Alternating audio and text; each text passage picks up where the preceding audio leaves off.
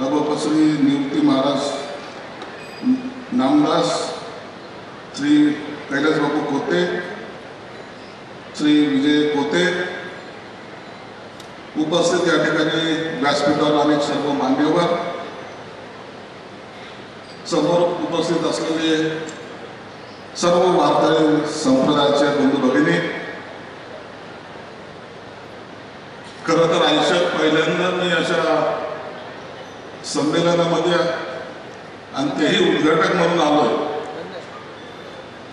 फार वेळपासून बसलेलं आहे, परंतु मनामध्ये एक भीती आहे की हे वारकरी संप्रदायाचे सर्व ज्येष्ठ लोक समोर बसलेले, ज्यांनी आयुष्यभर कोणत्याही भागात असेल, कोणत्याही क्षेत्रात असेल, जाऊन प्रत्येक ठिकाणी कधी सप्ताहामध्ये सहभाग घेतला असेल, कधी दिंडीमध्ये सहभाग घेतला असेल, कधी सार्वजनिक कार्यक्रमामध्ये जाऊन सहभाग घेतला असेल,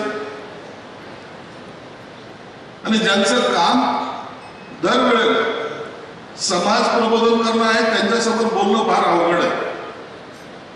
एखादं वाक्य जरी चुकून आमच्या संस्थेच्या तोंडातून निघलं तर त्याचं काय होतं ते आपण गेल्या विधानसभेला पाहिलेलं आहे. म्हणून विठ्ठल महाराज तुम्ही मला इथे बोलून माझी खरं तर अडचण केली की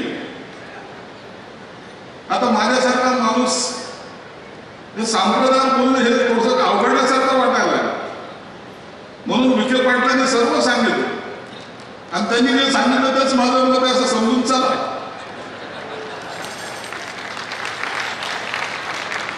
पाटील साहेब एक लक्षात ठेवा, हे जे वारकरी संप्रदायामधले लोक आहेत ना, यांना मी बगैर डिग्रीचा डॉक्टर म्हणतो. यांचं डॉक्टरची पद्धत वेगळी. माझ्यावर दुकान लावला, डोक्यात टोपी किंवा फेटा घातला, तो ऑटोमॅटिक डॉक्टर झाला समजा. एकमेव त्यांची डिग्री आहे, एकच विषय आहे, विठ्ठलाचं नामस्मरण करणे, संपला आपला विषय. मी कधी कधी हे सगळं करताना पाहतो समाजामध्ये, तुम्ही एवढे जे सर्व लोक आहेत ना, हे मोबाईल पाहतो ना, तू मोबाईल मध्ये नेटवर्क तुम्ही आहात. देवाचं आमचं डायरेक्ट नातं जोडायचं काम नेटवर्क म्हणून तुम्ही करताय, म्हणून तुमचं सर्वात मोठा आभार आहे. मोबाईल मध्ये नेटवर्क नसलं तर काय होईल?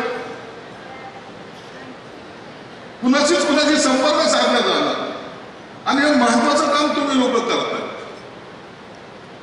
अहो, तुमच्या सरकारचं नेटवर्क स्ट्रॉंग होतं म्हणून आम्ही सत्तेमध्ये आलो, हे काही विसरता कामा नाही.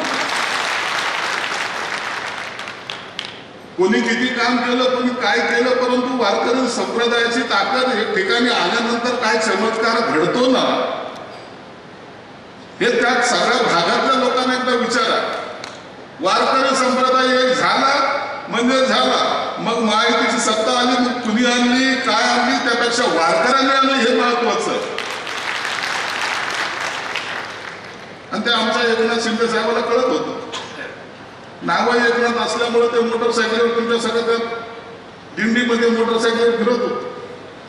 महाराष्ट्रातला पहिला मुख्यमंत्री असेल असं मोटरसायकलवर पाहणी करणार. विठ्ठलराव माझ्याकडे आले, म्हणे साहेब आमचं संमेलन आहे, तुम्ही या. आता मी नवीन खात्याचा मंत्री झालो, मला माहित नाही कुठं द्यायचं कुठं घ्यायचं. माझ्याकडे त्यांनी प्रपोजल दिलं, विखे साहेब या संमेलनाला तुम्ही आर्थिक मदत केली पाहिजे. आता मी विचार केला, सामाजिक न्याय खातं माझं आणि संप्रदायाला मदत करायची, हे थोडंसं गणित काहीतरी वेगळं दिसायला. माझ्या अधिकाऱ्याने मला सांगितलं की साहेब आपण देतो ते वेगळ्या ठिकाणी देतो, या ठिकाणी मदत योग्य नाही. मी तर छानपणा तू शिकवू नको, जी खुर्ची मिळाली ती वारकऱ्यामुळे मिळाली हे दिसत नकोस. म्हणून सगळे रूल बाजूला, सगळे कायदे बाजूला, 25 लाखाची मदत ताबडतोबीने संमेलनाला ताबडतोब घोषित केली. मला वाटतं सोमवारी त्यांना मिळेल. विठ्ठल पाटील तुम्ही घाबरू नका, सांगू नका, कधी चिंता करायची नाही. आमचं सरकार असं ना चिंताच करत नाही. लाडक्या बहिणीच काय झालं, लोक किती बोलू द्या, आमच्या बहिणी खुश आहेत का नाही, सगळ्या खुश आहेत. चिंता करून कधी चालायचं नाही. अरे जे तुझं होतं काय ते तू घेऊन जाणारच, म्हणून जे तुझ्याकडे आहे ते इतरांना द्यायची जाणत असली पाहिजे, हे समजणारं पाहिजे आम्ही आहोत. म्हणून बहिणीला तुम्ही सुद्धा चिंतन करू नका, कधी तुमचे पैसे बंद होणार नाही.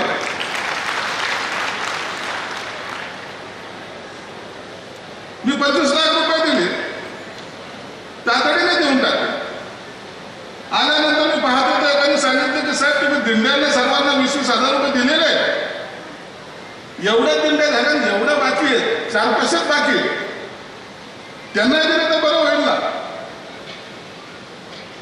संजय शिरसाटकडे मागताना मोठं मागा जा, बिंदास मागा जा, पैसे द्यायला आम्ही कमी करत नाही. किती कटल्यामध्ये तुमच्या सर्व दिंड्याला आम्ही पैसे देऊ. अरे तुम्ही लोक जे आहात ना, खऱ्या अर्थानं संस्कृती जीवन ठेवणारे, जिवंत ठेवून त्याला चालवणारे लोक आहात.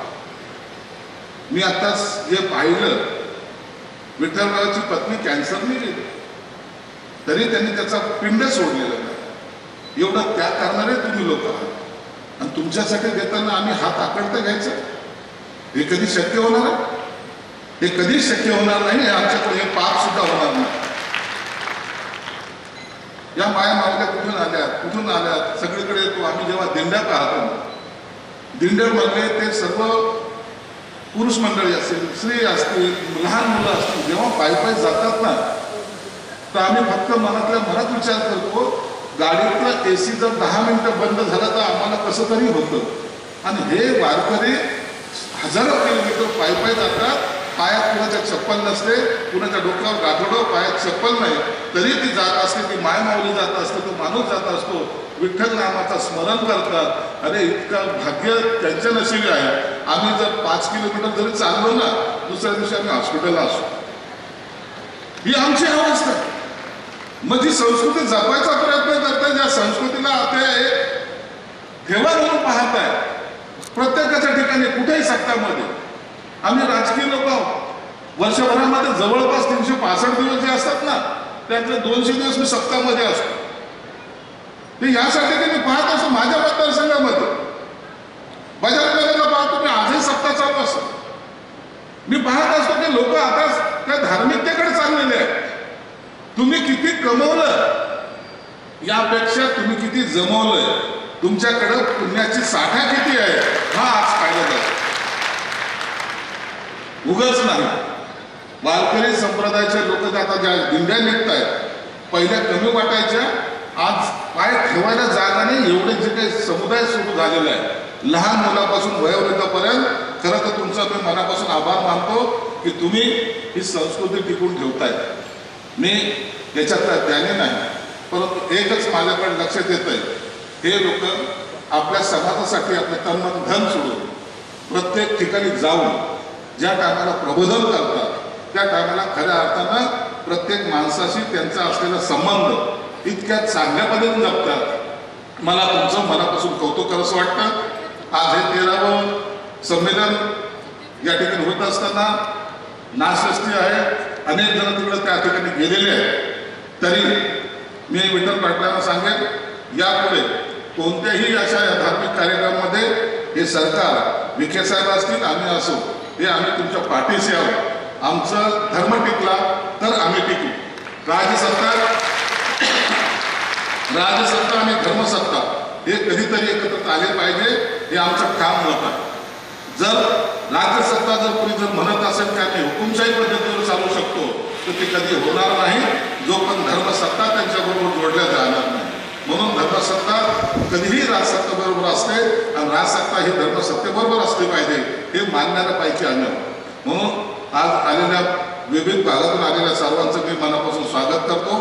आणि पुढील वर्षसुद्धा याच्यापेक्षा चांगला, दरवेळेला ही गर्दी, दरवेळेला हे सर्व वारकरी, दरवेळेला हे सर्व भाविक एका ठिकाणी आणण्याचं काम आपण करावं. सरकार सर्व परीने आपल्याला मदत करेल. पुन्हा एकदा या ठिकाणी बोलून जो माझा मान सन्मान केला त्याबद्दल तुमच्या मनापासून आभार मानतो. धन्यवाद. अगदी मनापासून धन्यवाद आणि